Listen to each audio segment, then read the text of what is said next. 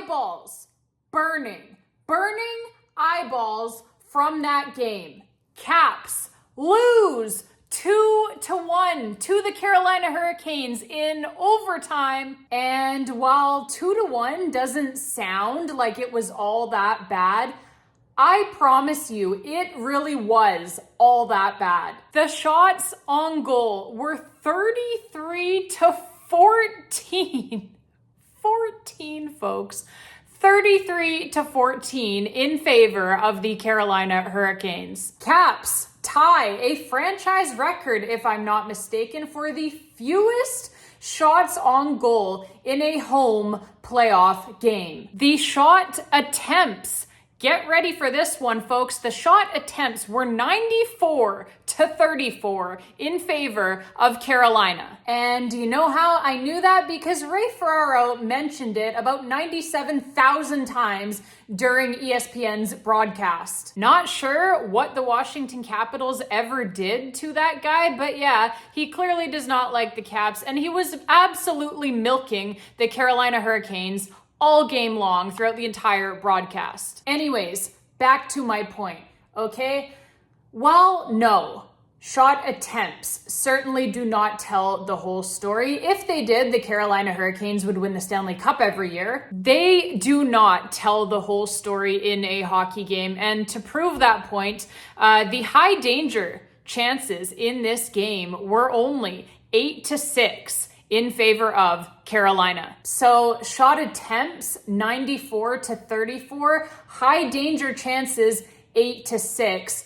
Yeah, the Carolina Hurricanes take a lot of really crappy shots. That is kind of their MO. And while a lot of people say that no shot is a bad shot, I don't know. You can ask the Carolina Hurricanes about that. It is usually good enough to get them to the second or third round, but they have not yet won the Stanley Cup playing this way. But even if shot attempts don't tell the whole story, they do at least tell a part of the story, because you have to be in the other team's end of the ice in order to take a shot. I mean, unless you're just Hail Mary icing it all the way from your own zone. Probably won't work though. Ilya Samsonov isn't in net. The point being that the Washington Capitals did not spend any time in the offensive zone in this hockey game. And on the contrary, the Carolina Hurricanes spent so much time in the Washington Capitals end of the ice, the Capitals should have started charging them rent. And yet, in spite of all of this, at the end of the day, the Washington Capitals, they were still only one shot away from winning this thing. And that is because they largely played great defense. They kept the Carolina Hurricanes to the outside for most of the night. And on the rare occasions that they didn't, goaltender Logan Thompson was phenomenal. Saved 31 of 33 Hurricane shots in this game, and I venture to say that he was the only Capitals player who deserved a win tonight. And the Caps, they actually had the 1-0 lead for a long time in this game, if you can believe that, thanks to Aliaksei Protas. Protas picks a puck off of the wall in the neutral zone, flies down into the Hurricane zone, keeps this puck, and rips it himself. He beats Frederik Andersen clean on the blocker side. A beautiful shot by Aliaksei Protas there, puts the Caps up 1-0. And I really loved this goal by Aliaksei Protas because it was one of the few times in this game that the Capitals shot the puck. Assists on the goal to Brandon Duhaime and John Carlson. And yeah, that goal came just a few minutes into the second period, and then the Caps, they kept that 1-0 lead all the way until about halfway through the third period. And they probably could have won this game 1-0 too, with the way that they were keeping the Carolina Hurricanes largely to the outside, keeping them to the perimeter, and with the way that goaltender Logan Thompson has been tracking pucks. Probably could have won the game 1-0,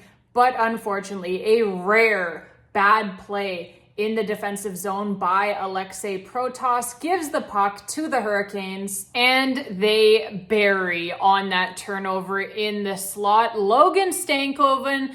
And so it is, unfortunately, a 1-1 hockey game. And that is how the third period and regulation as a whole would end. And so we are headed to overtime, where just 3 minutes and 6 seconds in, one of those crappy shots by the Carolina Hurricanes finds its way through. It's a relatively innocent point shot by Jacob Slavin.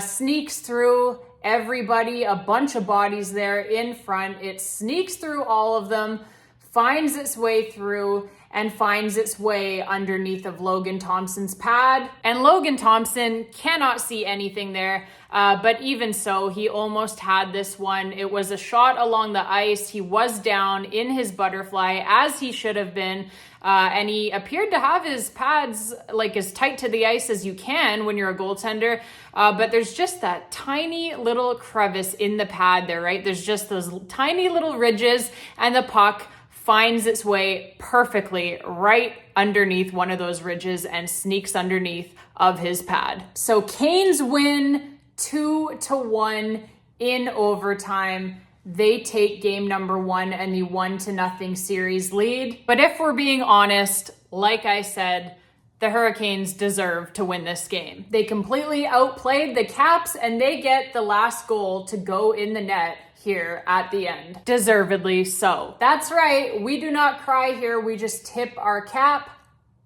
and move on to the next game, right? The Washington Capitals, they were not very good at all in this game. I think we all know that. I think we all can admit that. It was one of the worst hockey games that I have seen the Washington Capitals play this season. So we look forward to the next one for sure. We look forward to a big bounce back effort by our Washington Capitals. I will be counting on that, and I expect to see that. They have done it all season long. They rarely lose 2 games in a row, this Washington Capitals team. So that is what they have done all season long here, all throughout the regular season, and even throughout the Stanley Cup playoffs so far in the first round against the Montreal Canadiens. The Washington Capitals, they do not like to lose 2 games in a row. They do not do it very often at all. So we will look, like I said, for a big bounce back effort from the Caps to get this series tied up before it shifts to Carolina.